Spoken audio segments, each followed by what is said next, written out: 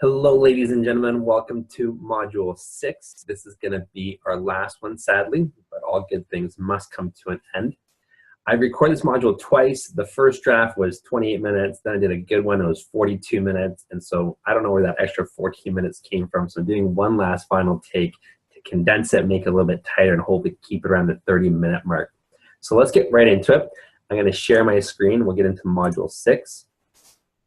I do want to say thank you for coming along on this journey with me. It's meant a great deal to have you guys here and have your support. I appreciate you investing in yourself and I appreciate you investing to me. And I feel you guys have had a lot of good results. I know Leanne, Preston, Emma, Tuan, Raji have talked about the impact the course has had on you. So I want to say thank you for that.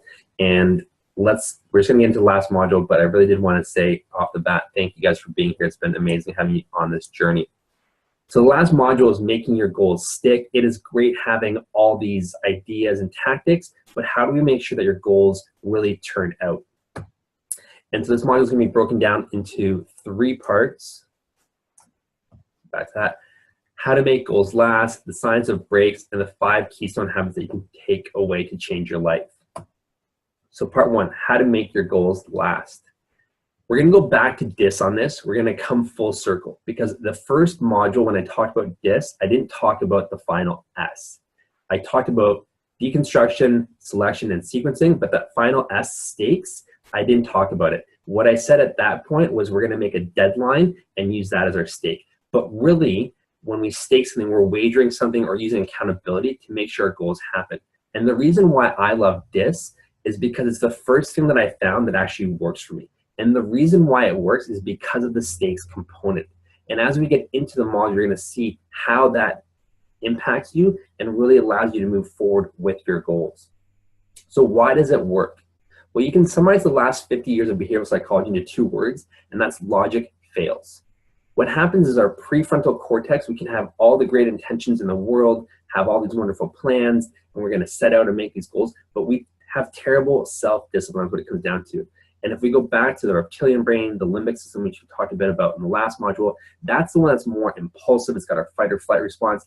And that's what sabotages us because this older part of our brain that is much more impulsive, it's the one that can disrupt our plans and our thinking and can really get in the way. So we have to actually work with our hardwiring to ensure that we can trick ourselves, almost like doing our goals and using some of those predisposed mental hardwirings that we have into making our goals happen. So how do we do that? Well, that's where stakes comes into place, where we're actually using behavioral psychology to our advantage. And so if I ask you a question, would you work harder to earn $100 or would you work harder to avoid losing $100? What would you answer? And now I know the answer is you'd prefer not to lose $100. And this is called loss aversion. And this has been highly documented by behavioral economics, behavioral psychology, where we prefer to move away from something and not lose money as opposed to working towards earning $100. And that's just our hardwiring. So how do we use this to our advantage? That we really connect our hardwiring to the way we want to achieve our goals. And so there's 2 important keys to achieving our goals. I think that's cut off the goals title. But the key thing that we need to do is there's this guy, Dean Carlin from Yale University. In 2006, he created this thing called the commitment store based on 2 key principles. One was creating incentives. The second was assigning accountability. Because when we assign accountability, we're much more likely to follow through. Today, this is called stick.com. This is a website that I use, and I'm going to show you my profile in a second here. So how does stick work?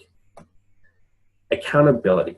So if we tell our friends about our goals, we're much more likely to follow through. This is the premise of using peer pressure in a positive way. So what you're doing is you find a couple friends that you tell them that, you know what, in 6 weeks, I want to be doing a public speaking gig. And what they're going to do is they're going to ask you about how that public speaking gig is coming along. If they're true friends, they're going to be curious, they're going to want to know how. And as you see them, this is a key part, as you see them coming closer at 6 weeks, you're going to feel more guilt and emotion. If you're not following through on your goals, you told them what you wanted to do, and you show up for a coffee or some kind of event with them, you're going to be like, shit, I haven't been working on my goal. So you're using social pressure in a way to help you move forward. You're leveraging your friends to have more accountability in your life. The second way it works is loss aversion. And the way this works is basically you put up money and you have to do something or else you lose that money. And this is where we're getting into that behavioral psychology part where we know if we stake something and we have something on the line to lose, we're much more likely to take action. Now, I've done this and I've lost money actually. And so what you do is you bet against an anti-charity. And what is an anti-charity? An anti-charity is something that you don't want to support. So as an example, on Stick.com, they had Donald Trump. You could support his election campaign. You could donate to that, which most people didn't want to see him get elected. He did. Or you can donate money to the NRA, which is the National Rifle Association, the pro-gun lobby in the US. And it's actually an organization that I've donated money to. Sadly, I donated about $350 to them, and I don't feel good about it, especially now that I see all these assault rifles in this photo. It makes me feel even more guilty because they promote gun licensing and gun lobbies in the US. And so you pick an anti-charity that you don't want money to go to, and you put a significant amount of money on it. And if you don't follow through on your goal, then you lose that money and it gets donated to something you don't want to go to. And so that's how you're using your brain's hardwiring and loss aversion into making sure that there's direct consequences and punishments if you don't complete your goal. And that way you're not just using your prefrontal cortex, you're engaging that limbic system and that emotional part of our brain to really have more feeling with the goals that we have. So how does STICK work? Like, let's look at the results. So 33% of people that assign accountability to friends succeed in their goals. That's 1 in 3. That's not bad. You can see how there's leverage there. But if you put money on it, 72.8% of the time, people achieve their goals. So you can see how loss aversion works, where if people stake money and their money is where their mouth is, they're much more likely to follow through on their goals. So this is my account. I'm gonna grab my little laser. And you can see, learn how to cook, launch my first online course. This is how I use STICK recently to really move forward with this course. I would not have been able to launch this course if it wasn't for the help of a mentor and having STICK in place, right? Where I really had this deadline, had money on the line, and I knew I needed to follow through. Learning how to cook, this is the one where I paid the NRA about $350. It was a 2-month program I was doing with Tim Ferriss, basically through his cookbook. It took me 2 months and 2 weeks to get it done. So the 2-month mark, I had to admit that I didn't get my goal done in time, and then I paid out money. But I still got my goal done. It just took a little bit longer. But you can see how even that got me momentum moving. I got so close to the finish line where I just had to finish it.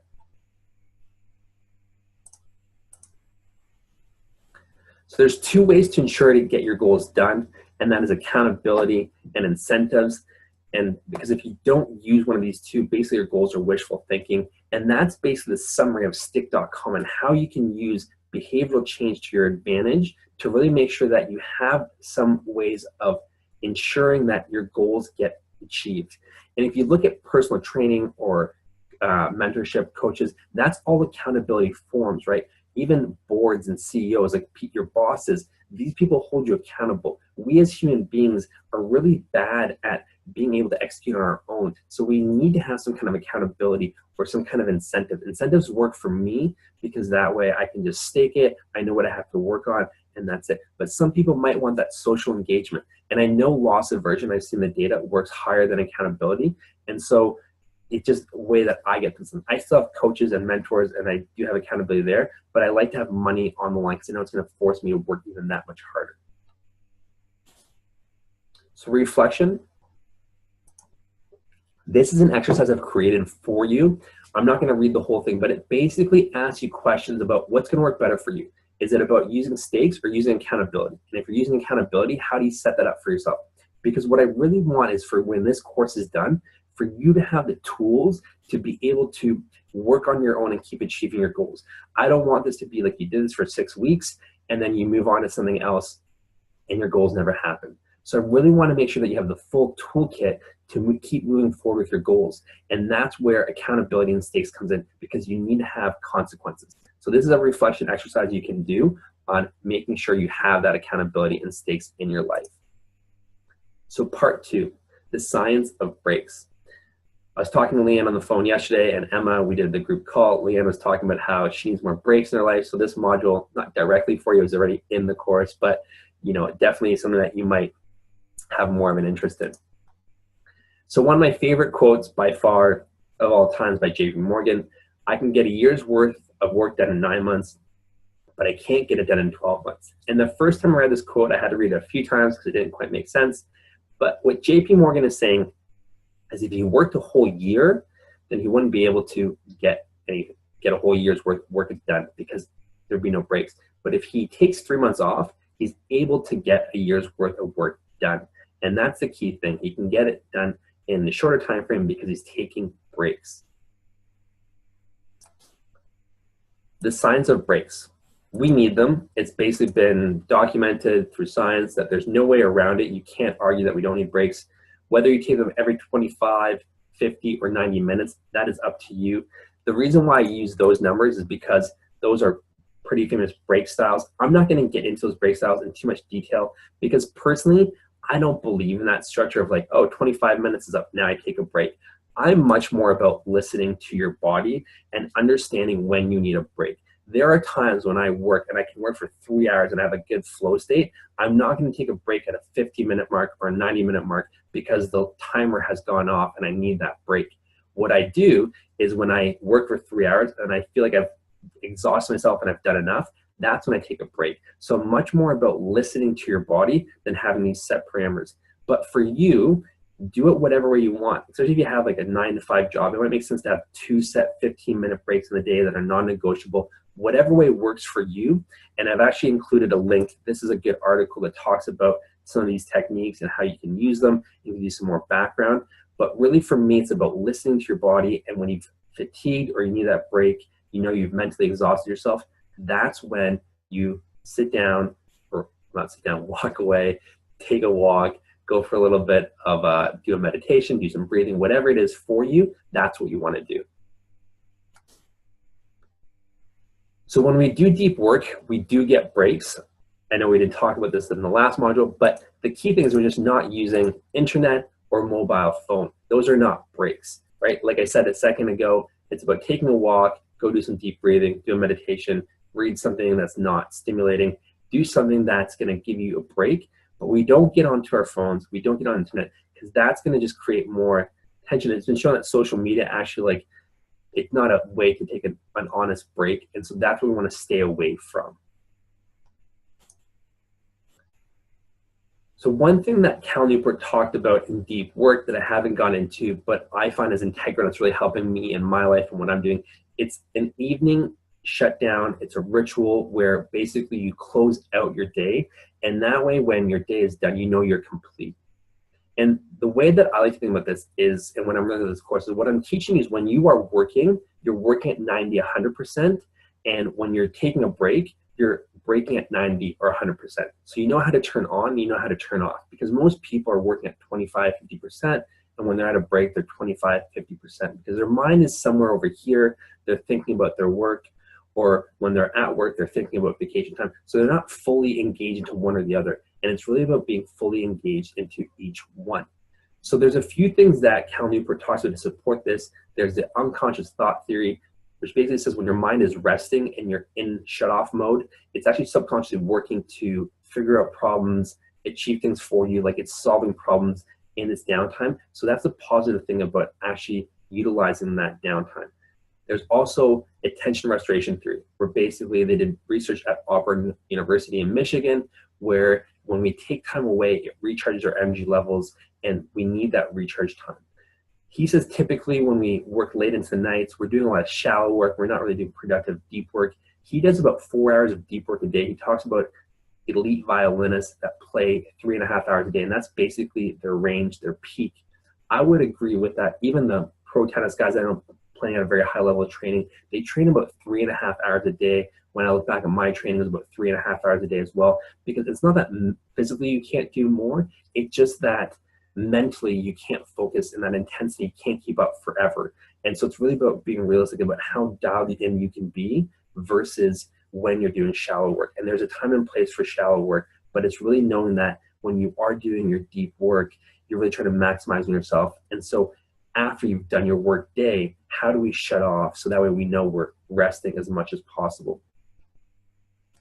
So Cal Newport has a shutdown ritual, and this is something that I started incorporating. Basically part one, let me grab my laser, is we wrap up our task. So whatever we're working on, we complete that. Secondly, we transfer any outstanding tasks to tomorrow. So whatever we're working on, if we need something that's correlated to it and we need to dump our mind, we write it down somewhere so we know we have to keep working on tomorrow.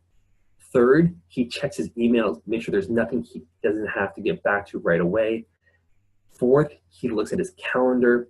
He sees, is there any upcoming appointments he has to prepare for? Because that's when he would start planning in the next days, making sure he's prepared for those things. And when all these things have been checked off, he's gone through this protocol, this procedure, then he says system shutdown. And system shutdown is his physical and mental way. He physically shuts down his computer and his mental way of checking out his brain. So he's done work for the day and he's not thinking about any other tasks. And he's not creating stress or anxiety in his life. And when he goes home to his wife and kids, he's able to be fully present with his wife and kids. And so he's shut down 100%. He's in full relaxed mode. He's not creating any stress or anxiety, worrying about who he has to email, if there's anything coming up in his calendar that he forgot about, what he has to work on tomorrow, because he's already prepared that for tomorrow and he's mentally checked out. And the goal is to be cognitively free. So when we go into our downtime, that's our downtime and we're not doing anything else. And this has been when I've been closing up my days. I'm noticing I'm sleeping better. I'm noticing I'm getting up earlier. It's things that have an impact because my mind's not racing. I'm able to check out and shut off my mind at the end of the day. So this is something that I highly recommend. And I've created an exercise for you around this. And so basically one is figure out what you need to do to close out your day. So those tasks, move them over something, wrap up the task, get that done. Secondly, carry over any of the tasks that weren't completed today into tomorrow. So you know what you have to work on, but you've in some way closed it out for yourself. So you're not thinking about it, you're not actually processing, working on it, you're carrying it over to tomorrow. 3, you want to get a feeling of being complete. How do you, is it for you like checking your emails? Is it for you getting back to messages on Facebook? Is it looking at your calendar, making sure that you know nothing's coming up that's very pressing? So figure out what it is that you would need to feel complete at the end of your session, because that's going to be specific for each and every one of you, depending on your lifestyle, depending what you're doing, and make sure there's nothing that's you're hanging onto at the end of your work session to really be able to go into your rest time fully rested. And once you've figured these things out, then create a checklist for yourself. Make that checklist, and every single day you're going to go through that checklist to make sure that you are in full shutdown mode. Now, there's one thing that I want to add to this. There's a book called Getting Things Done that was recommended to me for this course. I didn't use it. I went through it.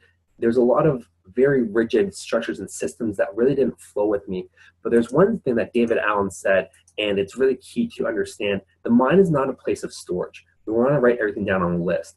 And so that's one thing that I do in my life is when I'm closing out my day, what I do is I finish the tasks that I'm doing, and then I transfer anything else that I haven't done onto a list. So that way I've mentally dumped it on a piece of paper. You might want to use a computer, or your phone, but I find it's nice to have it in a book. And so that way everything I need to do is on a list. And basically the list is going to be 3 pages long, but I have everything in one place, and then I highlight things as they're done. And the reason why I highlight them is because that way I can still see them and I know what I've accomplished, and that way if you scribble over it, you don't always know what was there. And so it kind of keeps your mind fresh. But this is an important thing. That's why I put this photo of the brain being more of a machine. That's how you want to think of it. It is not a place of storage. It's not a data center. It is a machine, and that's how you want to treat it. So try to have those little things in your mind as possible. We've all forgotten birthdays and things like that. So keep it more for function and operation as opposed to trying to store things and remember. So we're going to move on to part 3 now. And this is really where I'm going to bring the whole course together and basically piece it all together. There's 5 keystone habits that I want you to take away that I feel can have a massive impact on your life if you incorporate them. And these are the keystone habits that I incorporate into the worksheets in Module 1. So we had the deconstruction sheet, but there was the first 1 minute of your day and the last minute of your day that I want you to use. And now when we look at these, you're going to see why I created them the way that I did. So the 5 keystone habits, the first one that I want you to take away is connecting your goals far off to today. And we've talked about this. Anything that is over 90 days is a vision versus anything under 90 days is a project. And so there's numerous books, The One Thing, Eat That Frog, procrastination equation. All these books talked about, take your far off goal, your big goal, and you have to deconstruct it into today. And what I like is DISC, and that's how we were deconstructing our goals. And I think this is critical because it's not about just bringing it from your far off day or far off 1 day goal to today. It's about, what are the sequencing parts of it? What can we select to do 80-20, really get 80% of it done and 20% of the work? When we get that momentum, when we see we've made a lot of progress, it's easier for us to move forward. Kind of what I talked about my cooking goal, even though I messed up on it and I had to pay out. When I was 2 months into the program, I only had 2 weeks left. I still finished it because I had so much momentum. And so it's about using principles like this to really be able to break down our tasks and know what we have to do in the right order. And the stake parts of this is so key, like we talked about earlier in this module, having those consequences, having that accountability, that really works for you to ensure that you're moving forward. So if you look at the sheet that I created, this was called the first one, and this is basically the sheets that I want you guys to start off your session with. The big goal I'm working today, the overarching goal. The next sequence goal right here is this, and then by the end of today, I will have accomplished this. So what we're doing here, starting off our work sessions, is connecting our far off goal to today. And we're deconstructing and we're using this. And these are 2 keystone habits that I feel if you keep using and taking with you, will have a big impact on your life. Now, the next 3 habits that I want to get to is wow brain thinking. This is something that we basically had a whole module around and really looking about what you've achieved, where you've come from, as opposed to looking at the far off future and saying, this is where I want to be. And you're like, oh, that's so far. I don't know if I can get that. And it's really focused about pain and the struggle you're going to have to overcome. While wow brain thinking is more about the gain, the positive things that have already happened in your life, where you've come from. And all of you have had progress in this course. And I'll use Leanne as an example. She came into the course with 1 client, and now she has 8 personal training clients. And so that's the gains, and looking at the progress that you've made. Preston, you made progress with your video game. Emma, you came into this course, you didn't know if you're going to be doing public speaking, and now you're having students build a website for you, like you're moving along. Tuan, I know you have a few things on the go, but you have the big thing that you want to do is really make sure your 2017 was planned out and you knew exactly what you wanted to accomplish because you have so many things on the go. You've got that done now. And then Lars, you've been working at different things, but you're moving forward as well. And so that's a key thing. When we're looking at the positive things that we're achieving, that's what we really want to focus on. Mental contrasting. This is a key one that I got a lot of positive feedback from in the last module. It's something that's really helped me in my life. It's anticipating your stumbling blocks. How do we predict what we're going to run into? When we can see those roadblocks ahead of times, we can really start and ensure that when we get there, we're not surprised by them and we can really work through them. And part of this is even talking with people that have gone through similar paths and journeys of us, and they can prepare us for what you're going to encounter and even mentor and coach you through it. So that's what we can use mental contrasting as a really positive way to really make sure we're moving through our goals. So when we hit that roadblock, it doesn't stop us from moving forward. System shutdown. This is what we just talked about. It's about when we aren't working on our goals that we're recharging at 100%. And so this is the second worksheet I created for you. And this is called the last one. So the idea was the last minute of your day. And if you look at it, I wanted you to talk about, wow brain thinking. I made strides and these are the things that I accomplished today. And then here we get into mental contrasting. I struggled with this, right? And so you write down what you're struggling with, what your pain points were. And then you talk about possible solutions for your struggles, like how do you get through it? I was just talking to a podcaster where he was doing a similar thing. He called it he would write down what he was uncomfortable with every day. And he found out that when he was editing his podcast, he was very uncomfortable with that. And so he looked at how can I outsource this? And he was able to find audio editing company just starting up. He didn't have any money at the time, but he said, hey, I'll promote you guys to other podcasters if you do my editing for free. And it worked out. It's a synergy he has today. So there's always solutions if you're looking, but you have to identify where you're struggling, what's not working for you. And then thoughts and ideas musing around. This idea that our brain is not a place of storage where we need to dump things. In order to really be able to have full recharge time and be at 100% recharge, we can't be thinking about things. So we need to dump things into a notepad or phone or computer somewhere so we're not thinking about them. And that's when we can do our system shutdown. That's when we can really check out. We have a ritual that we go through to really make sure that we can move on to the next thing fully clear and just be able to hang out with friends, be able to go to yoga, not think about work or whatever your exercise is going to be with the kids.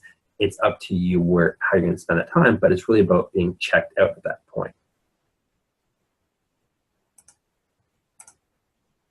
Now, here are the exercises that I want to leave you with for the last module. So one, developing your own shutdown ritual. I talked about this, so it's figuring out what you can close out with, your carryover system so you know your tasks for tomorrow, how can you feel complete, and then create your own checklist to ensure that you feel good about your day and that you know you're complete.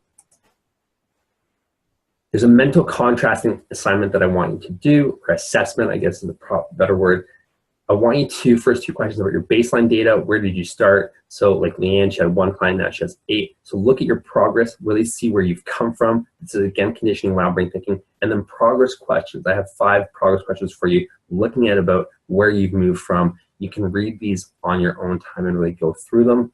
But it's really meant to help you see what you can be improving on and how you can work through some of your challenges. Reflections and stakes. This is, again, you can read this on your own, but it's really meant, how do you incorporate stakes and accountability into what you're doing and make sure that you have that going forward. And then our resources. And that's it. We're done. The end. Well, not entirely the end, because there's a little bit of a ... So the end as in there's another opportunity to continue working with me. And I want to offer you guys this opportunity. I'm not looking to make money off this. This is really not what it's about. It's really more like I talked about earlier in the module, where if we want to make our goals last, is we need accountability. We really need to have something to stick with and hold us accountable. So what I'm offering you is I want to keep working with you. I want to make sure the course is having an impact, that it's flowing with you, and I want to see how that's sticking with you or not sticking with you for my own selfish reasons and market research and really finding out. But I want to offer you private accountability coaching for the next 6 weeks to really have you continue on and make sure you're moving forward with your goals. But what I am going to ask is, if you, in order to be some kind of incentive like we talked about earlier in the module, I want you to wager money on stick.com. So I know you're financially committed to this in some way, shape, or form. I've done free coaching before, and I know how poorly it turns out. So if you want to take me up on a 6-week offer to keep you accountable, so I can keep seeing how this course is impacting you, talking about it, me learning more about the beta and how it's working, then you got to wager on stick.com. 6 weeks out, we set some kind of goal, firm specific, you wager money on it, I'm the referee, and we can move from there. The other thing that you can do if you don't want to wager, is you can pay me whatever you feel is valuable or worthwhile for the 6 weeks by donation, is how you want to look at it. And that's another way for you to get financially incentivized. This I'm offering you guys for free because you are the first beta group, and I am super thankful, uber thankful of that. The next course that goes through is going to charge for the accountability. Afterwards, I'm not going to offer it up for free. But for you guys, you can either do it by donation or with stick.com. And the reality is, if you execute on your goal in 6 weeks with stick.com, you don't pay anything, right? But I just do want you to have skin in the game, because I talked about earlier in the module, 72% of people, when there's something on the line, they're much more likely to follow through. So I want to ensure that we have as much accountability as possible. So if this is something that you want to be a part of, set it skin in the game, then let me know. We can chat some more about it on Thursday. There's one thing I want to mention. On Thursday, I'm going to be in Aruba. I have done all my research, and it looks like I'll have Wi-Fi there. But if there's any problem with the call, it's because I am abroad. I'm doing a remote experiment of working abroad. Being a digital nomad is what it comes down to. This is a 1-week trial. My dad and I are going on vacation. But the key thing is, we're going to make the call happen somehow, and we can talk more about if you want to have accountability coaching going forward at that stage, and if you want to take me up on this offer. So thank you so much for being a part of this course. It means the world to me that you guys did this, that you invested in yourselves. You all moved forward, and I'm stoked about that. And it's been an amazing experience. So I look forward to chatting to you guys on Thursday and potentially working further with some of you in the future. Au revoir. And you will have access to this lifetime. Even when I move it to another place, you guys will get to have access to it for the rest of your lives. So just so you know that. Peace.